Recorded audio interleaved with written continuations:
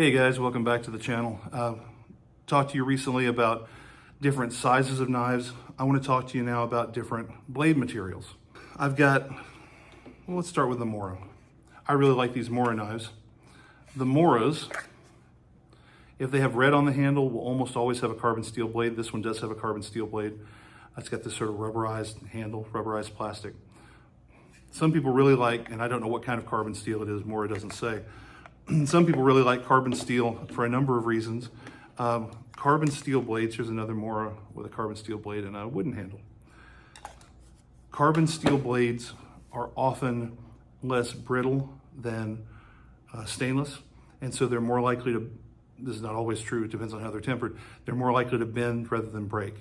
Well, a bent knife is a problem, but a broken knife is a much bigger problem. A bent knife is more useful than a broken knife. So a lot of people with hard use survival knives want carbon steel. This Essie Azula has a 1095 carbon steel blade. It's an Azula 2, excuse me. Carbon steel blade. Also 1095 carbon steel on our K-Bar USMC survival knife. I believe this is 1095 on the Camillus Air Force pilot's knife.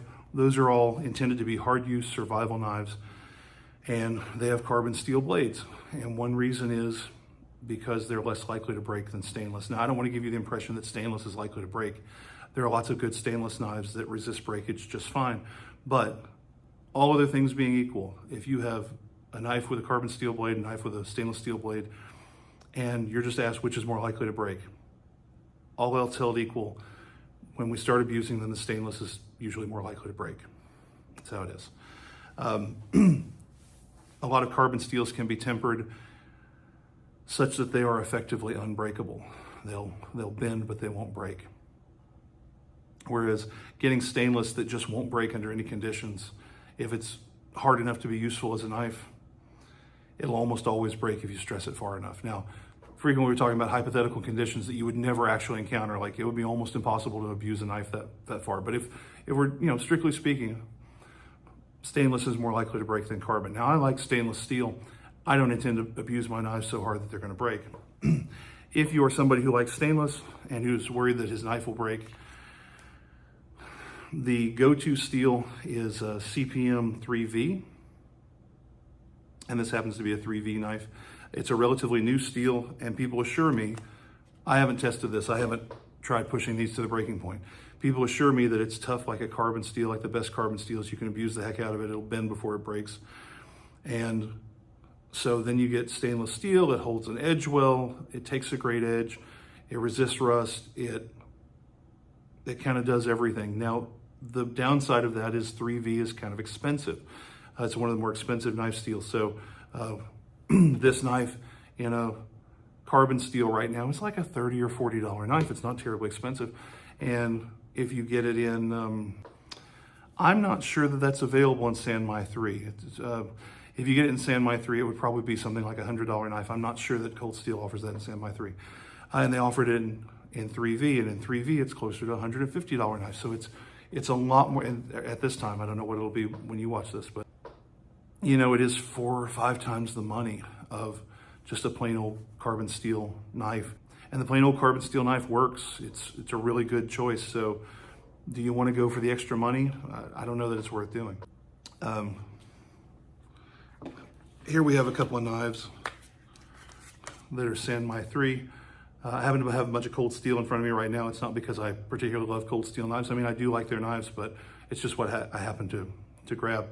You probably can't see it, but this is a laminated steel. Yeah, I don't think it's showing up. But there's a line there near the edge. And what we have is a relatively soft steel on the outside, and then it's like sandwiched in between. There's an inner layer that's a much harder steel. And so the cutting edge is made of that very hard steel that takes and holds an edge really well. And the outer shell is more flexible and absorbs shock better. So that kind of gives you the best of both worlds. You have a really hard cutting edge, but the rest of the knife is softer. And that's a stainless steel. You can also get Sanmai, and you can get a similar effect, laminated steel with carbon steel blades. That's available. But Cold Steel is big on offering the Sanmai 3 And sanmai, I think, just means 3 layers in Japanese. My Japanese is not good. But they offer a bunch of their knives in like carbon steel or sanmai, or very seldom a fluid stainless steel, unless it's 3V. And then, yeah, they offer 3V in some of them.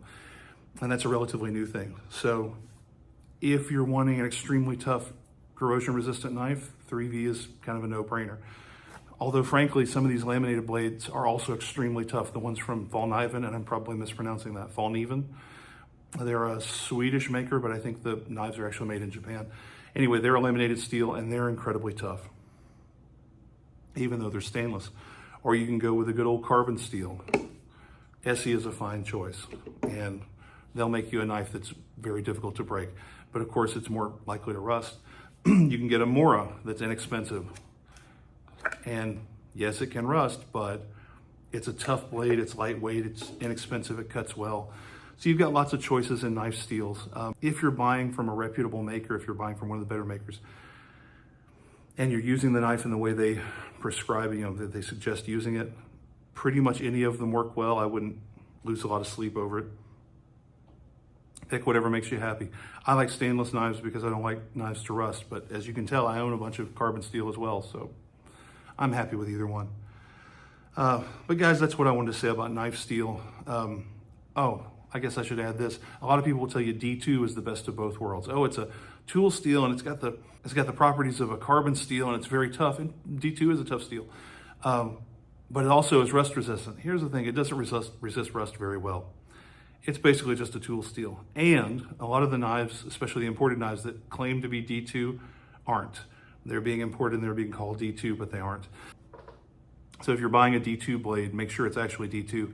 And frankly, I'm not that pleased with D2. And I find that most D2, although maybe it's because they sold me fake D2, I don't know. I find that most D2 is so abrasion resistant that it's hard to sharpen. It doesn't hold an edge any better than any other steel, but it's hard to sharpen. So I'm not a big fan of D2, but lots of people are, and it is a very tough steel. You can make some very tough knives that way, so to each his own. But yeah, pick a knife you like, pick a steel you like. They're all kind of good. There aren't any really bad ones for the most part on the market. I'm sure there must be one somewhere, but if you get a knife from a reputable maker, they're basically all good. James Ayers in his books says, I don't buy steel, I buy knives. So he just buys from a reputable maker, and whatever kind of steel they make it out of, he's generally pretty happy with that. Well guys, that's what I had to say about knife steels. Keep your knife dry.